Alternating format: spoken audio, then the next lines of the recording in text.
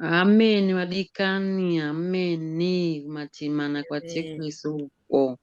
Tinokudai, Amen. tinokufadzai zvakanyanya.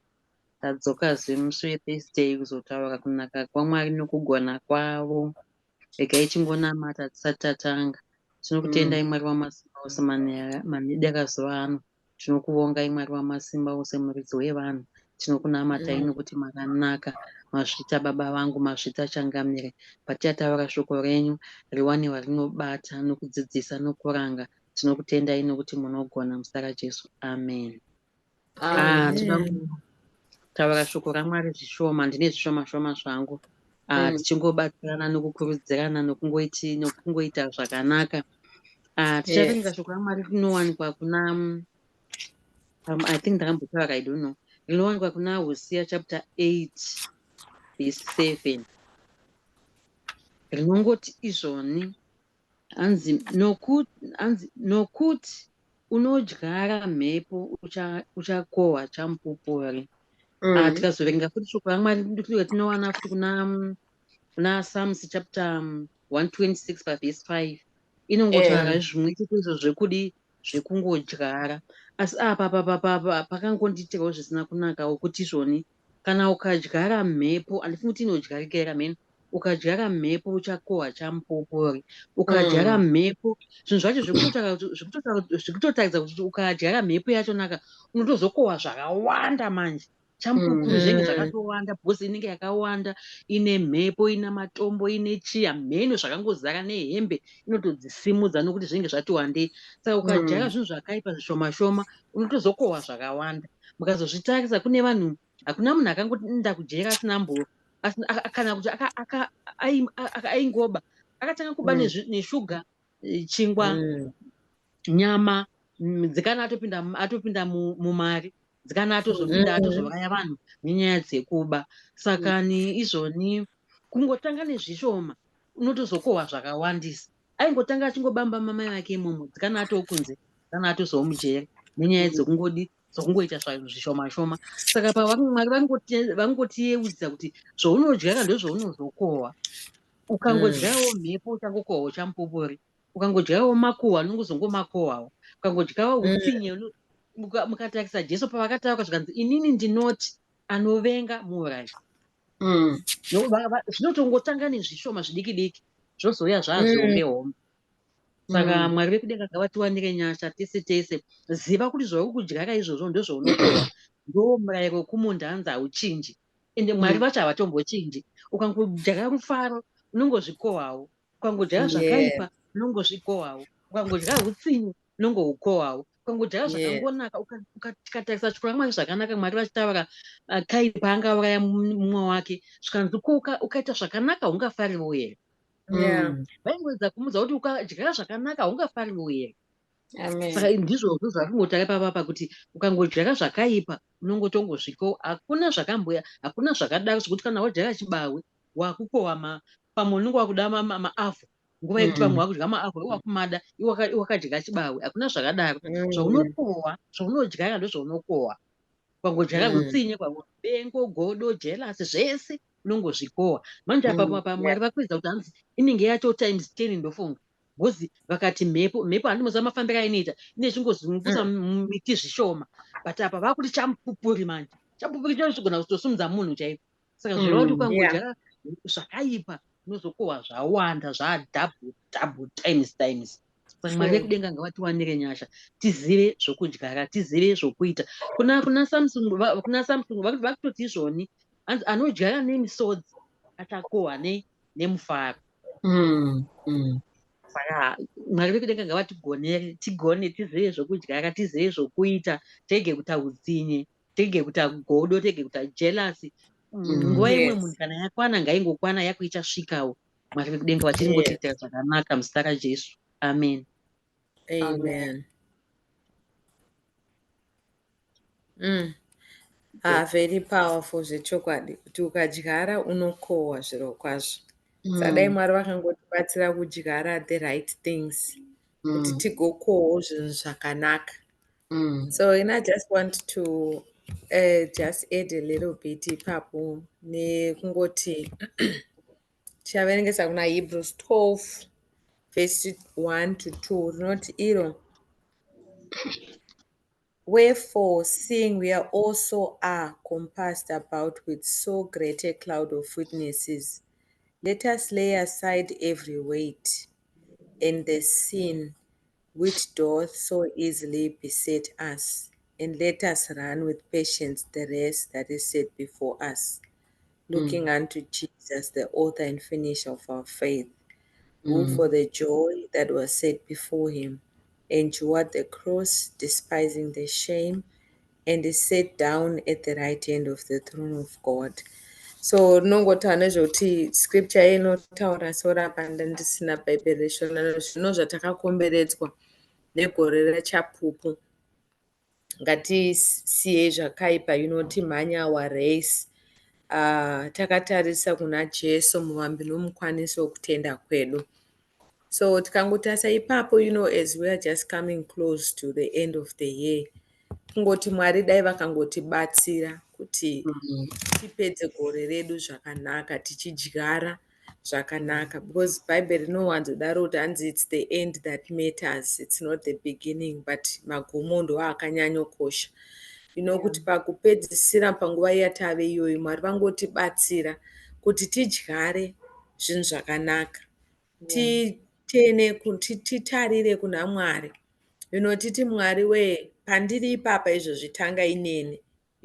Chinondinakidzira Christmas kana takuenda kuChristmas, so inoita kuzvarwa kwaJesu. Kuzvarwa kwaJesu kuya kwaigadzirira upenyu hwakanaka hwatanga tiri kuzopiwa naJesu vachizoenda pamuchinjikwa. Saka hunovharidzira zvese zvekumashure zviya zvakaipa. So for me, when I look at Christmas, kana ndinotoona Christmas kuti iri kundipa mukana wekuita start over. It's like a new beginning for me. Yes. So from December, I already start trying to get new beginnings, kutanga patsva, kuti Mwari wee ndiregerereyo zvekumashure uku, chindimisikidzai munzira yangu yokuti kana ndichizonopinda munew year ndifambe munzira inofadza Mwari. Saka dai Mwari vakangotibatsira takangotipa mazuva mashoma iwawo apera ekupera kwegore, vangodirecta our paths, tidyare zvakanaka, tisiyane netumwe tuhunhu. As you go along the year, pane zvimwe zvinoitika unogona kurasa kutenda chaiko chaiko, unogona kutanga kunyunyuta than zvawaita gore richitanga. Rinozonopera gore wakutoti dai chigore ichi chapera zvechokwadi sezvatinotaura tichitaura kuti dai chigore ichi chapera, nekuti zvanga zvakaoma. But dai Mwari vakangotibatsira kuti tinzwisise kuti kupera kwegore uka we need to prepare kunonotanga kwerimwe gore nyowani, kuti when we get into the new year tikuripinda tiri panzvimbo Mwari vakatotisetera imwe pesi iri pamusoro zvisingaite. Saka ngatingorambei takatarisa. Hanzi kune gore rechapupu, there's a lot in his word. Like this year I loved Psalms 119 because rinotaura nekumira pamatestimonies eshoko raMwari. You need to just continue speaking about the testimonies of the Lord all the time. What are you going through muupenyu hwako kuti zvakamira sei? Mushoko raMwari mune zvakaitwa naMwari nekuda kwesituation yauri iyoyo. Saka ukaramba uchingotaura nekuda kwezvapupu zvekugona kwaMwari zviri mushoko ravo, Mwari vanenge vachikusimbisa vachikugonesa. Saka ngatirambei takatarisa pagore rezvapupu iri ratinaro, tichivimba naJesu muvambi nomukwanisi wokutenda kwedu.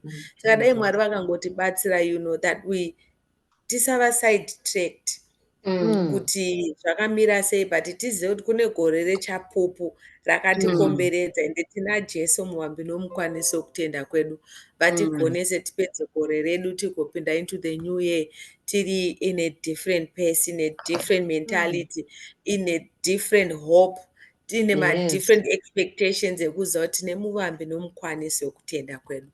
Saka Mwari ngavangotiitira zvakanaka. Thank you so much. That was so powerful. Tinotenda neshoko rataudzwa nhasi rasanganisira zvapupu zvatakatarisira nekuti zvaunodyara ndo zvaunokohwa. Yes. Saka vakangobatanidza pamwe chete zvotongoreva kuti ukadyara zvambotaura naChenai kuti kana pasina chauri kutarisira kungoti chigore ichi ukadyara pasina tariro hapanawo chinomuka, but unofanira kudyara tariro, kudyara kuti Mwari vachadai so.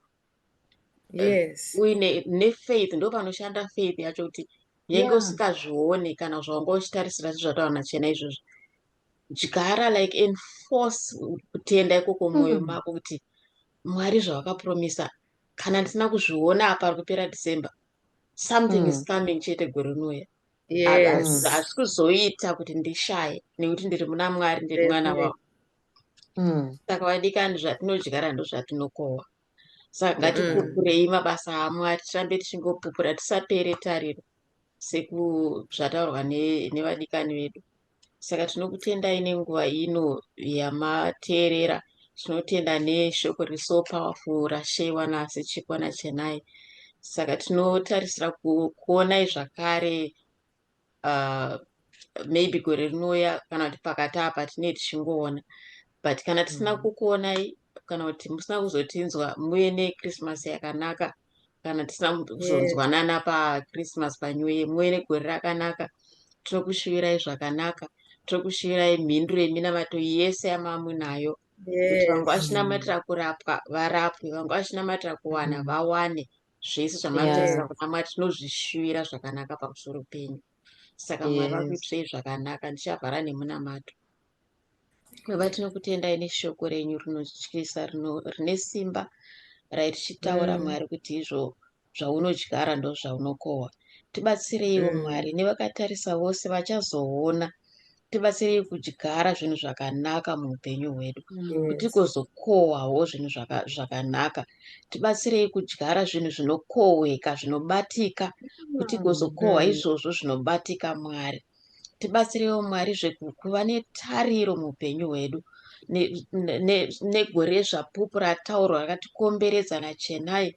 Tive nemwoyo iwoyo, mwoyo unotarisa, mwoyo usingapere, mwoyo usinganyunyuti, unoramba wakamira pamuri.